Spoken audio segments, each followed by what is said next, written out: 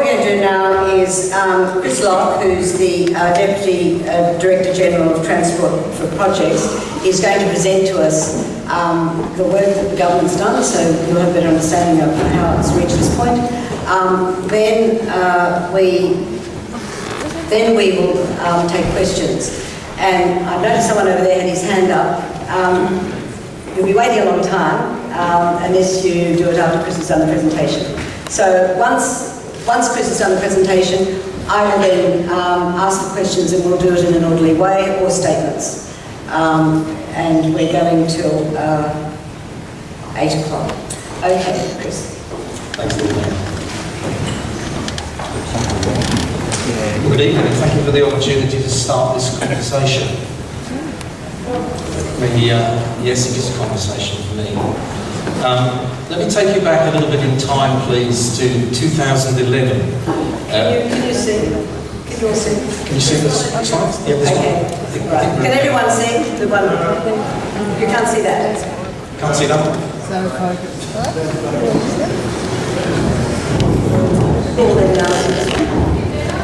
Okay. So, would it help if the lights came down a little bit? Is that the issue, or is it just a distance issue? Distance. A little bit, not all. so it is similar to what is in the Some of it is the same, some of it is different, as in addition.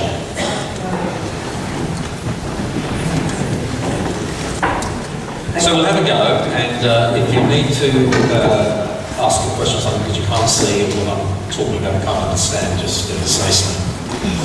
So let me take you back a little way into 2011, when the government committed to building the LightRail in the CBD, subject to feasibility, and also committed to investigating the feasibility of a LightRail out through to Randwick and Kingsford, the University of New South Wales and the hospital complex, and also out to the University of Sydney. And what you can see on the chart in front of you is what we call the study area. That is what we were asked to study, and we have studied. It's a part of Sydney, but it is not the whole of Sydney.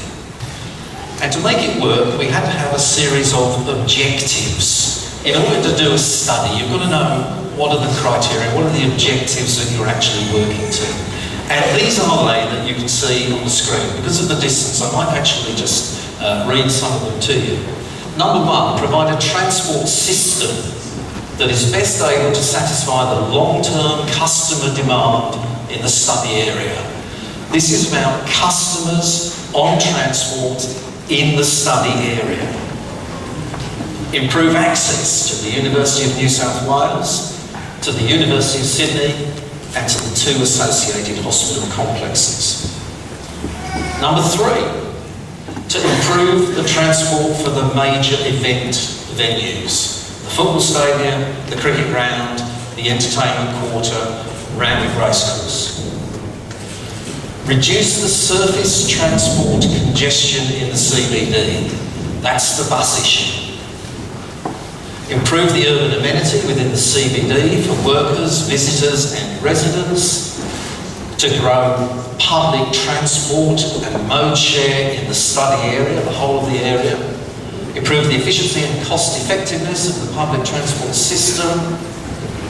To serve and stimulate development of areas of high transport activity and access the corridors that we were looking at in the study area, and to optimise the potential for a feasible solution. Because it doesn't matter what you do in terms of studies, if it turns out not to be feasible for one reason or another, the project won't go ahead. Well, thank God for that. So we looked at some criteria. What did the routes need to do? Why would you choose any route over any other route? These are the options that we needed to satisfy, to check on, to serve the key trip generators. What are they? The trip generators. They're the people that are going to use the system. So the universities, the hospital, the centres of sport, and recreation and so on. We had to find a route or a series of routes that would actually allow us to interchange with key CBD areas, with the heavy rail, with Central Station. We've done a lot of work around patronage and making sure that that modal change can actually happen. And number three, it would not be feasible to be in a street where there were significant engineering constraints that either because of money or engineering, topography, whatever, could not be sensibly managed. So that's the process we went through, and we looked at a series of options. Now this evening I'm only going to talk about the options in Surrey Hills. But we also looked at options around Barangaroo, we looked at options around the University of Sydney, and for various reasons those fell out. But just for this presentation, I'm just going to talk about what happened in the various options around Surrey Hills. So the first one, Favaux and Albion.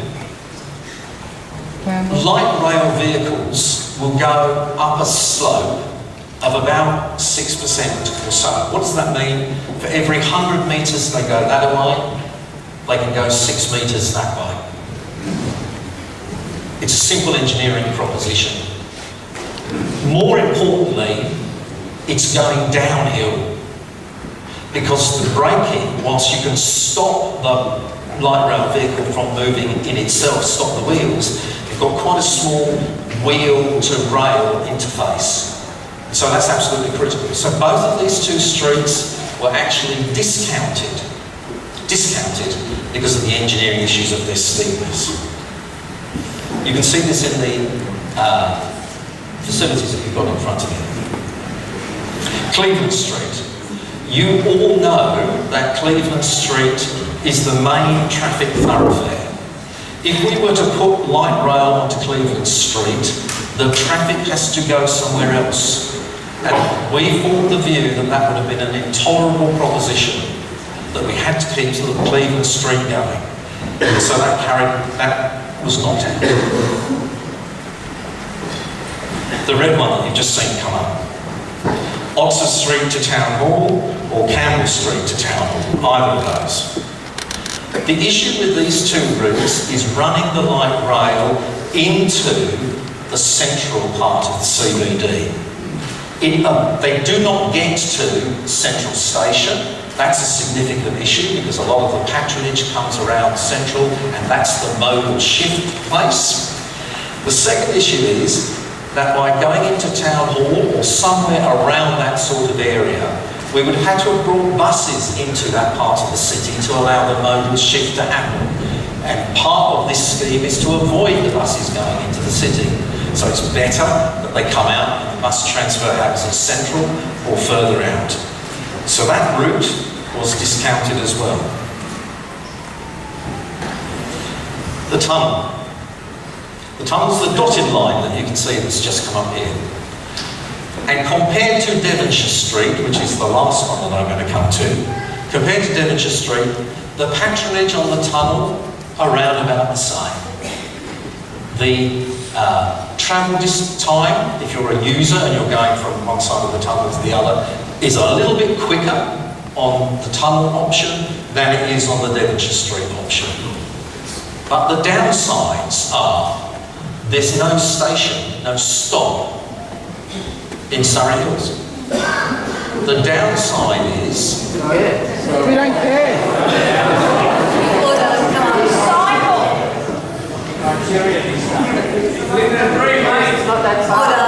Order. The downside is that it costs hundreds of millions of dollars more to do the tunnel than the surface.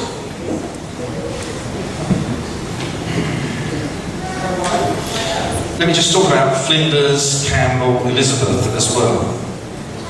This route is quite tricky because passengers actually have to come back. It's somewhat counterintuitive to get people to come back into Central Station. It's a big loop, as you can see there. It adds time to the journey, and it's not an optimum solution. So the announced project, which you all know, the announced project is the Devonshire Street alignment. This is a total project cost of around the $1.6 billion. It's about 12 kilometres long, Circular Quay, George Street, most importantly Central, through Surrey Hills, Moore Park, and then out on a split to the University of New South Wales Randwick Racecourse.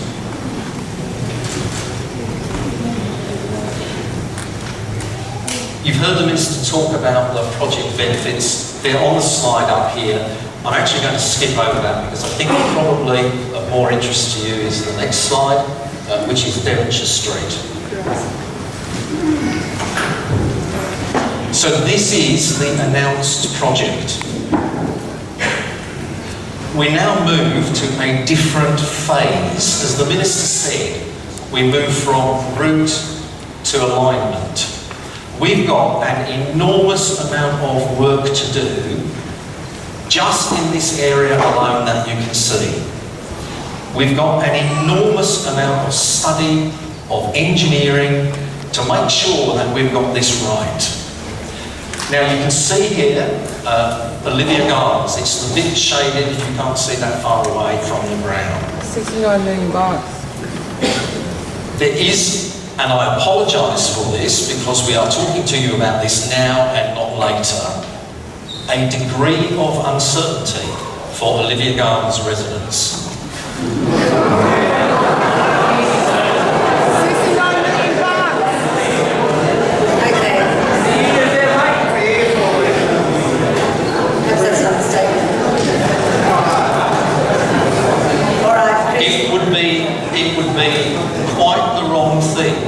Quite the wrong thing to give a degree of absoluteness to Olivia Gardens when we are still looking at the alignment. We have to get this right. It would be quite inappropriate to acquire Olivia Gardens now and then find for some reason that wasn't quite the right thing to do. That is uncertainty.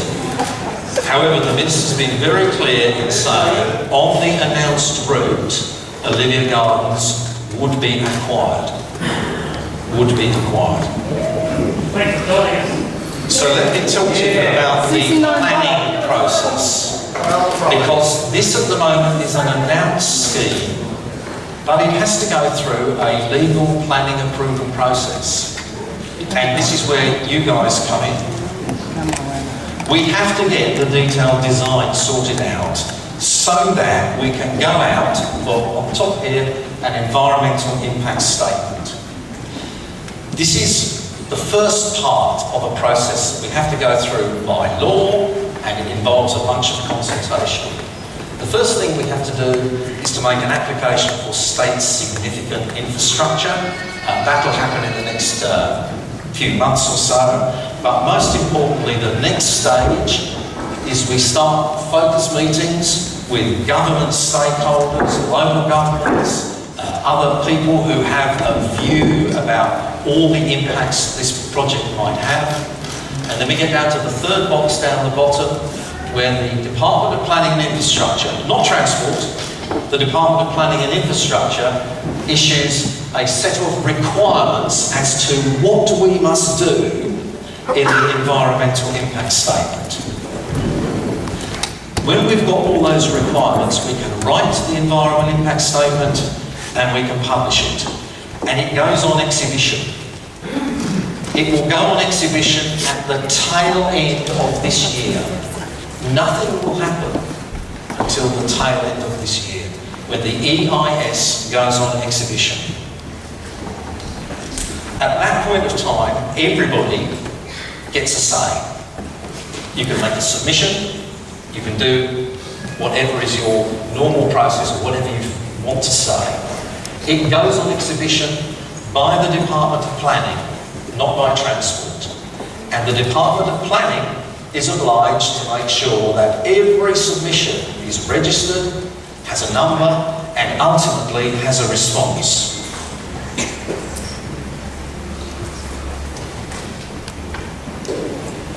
We will then, almost certainly in this case, if a project was going to proceed without any submission, we wouldn't do this next stage, but this project will get submissions. We will have to respond to the submissions. submissions. Every one of your submissions we will have to respond to. And we will produce what's called a preferred infrastructure report. And that will say exactly how the process has gone on and what, if anything, has changed. Then we go through an assessment process. I say we, it's the Department of Planning again. They do a Director General's report. Government agencies, local government authorities are consulted, and at the end there's a report which goes to the Minister for Planning and Infrastructure, and only then, and only if the Minister for Planning and Infrastructure is satisfied, do we actually get to a place where we have a planning approval. Now that's a fairly long and intensive process, starting at the end of this year, and it won't finish until the middle of next year. So there is a lot of time for consultation, a lot of time. What are we doing? Well, in 2013, the rest of this year, we are getting ready for the environmental impact statement and doing the detailed design work. And that's why you see surveyors around the streets. That's why we're making sure that everything works. That's the point of time when we can, later in the year, start having certainty about property, about car parking, about parks, about how Moore Park will be affected. This is the detailed stuff. This is why we are talking to you in the marketplaces at the moment, why we're happy to address meetings like this, so that you can be informed, so that you can converse with us, which is a lot easier one-on-one than it is in a crowd, but so that you converse, and so that you can be best prepared to make your submissions as to what you feel about the EIS when it goes on public display. This is your task for community engagement. I'm just going to finish on this one, and this is my last slide. What is the total program, the overall program for the project? It's up on the screen here.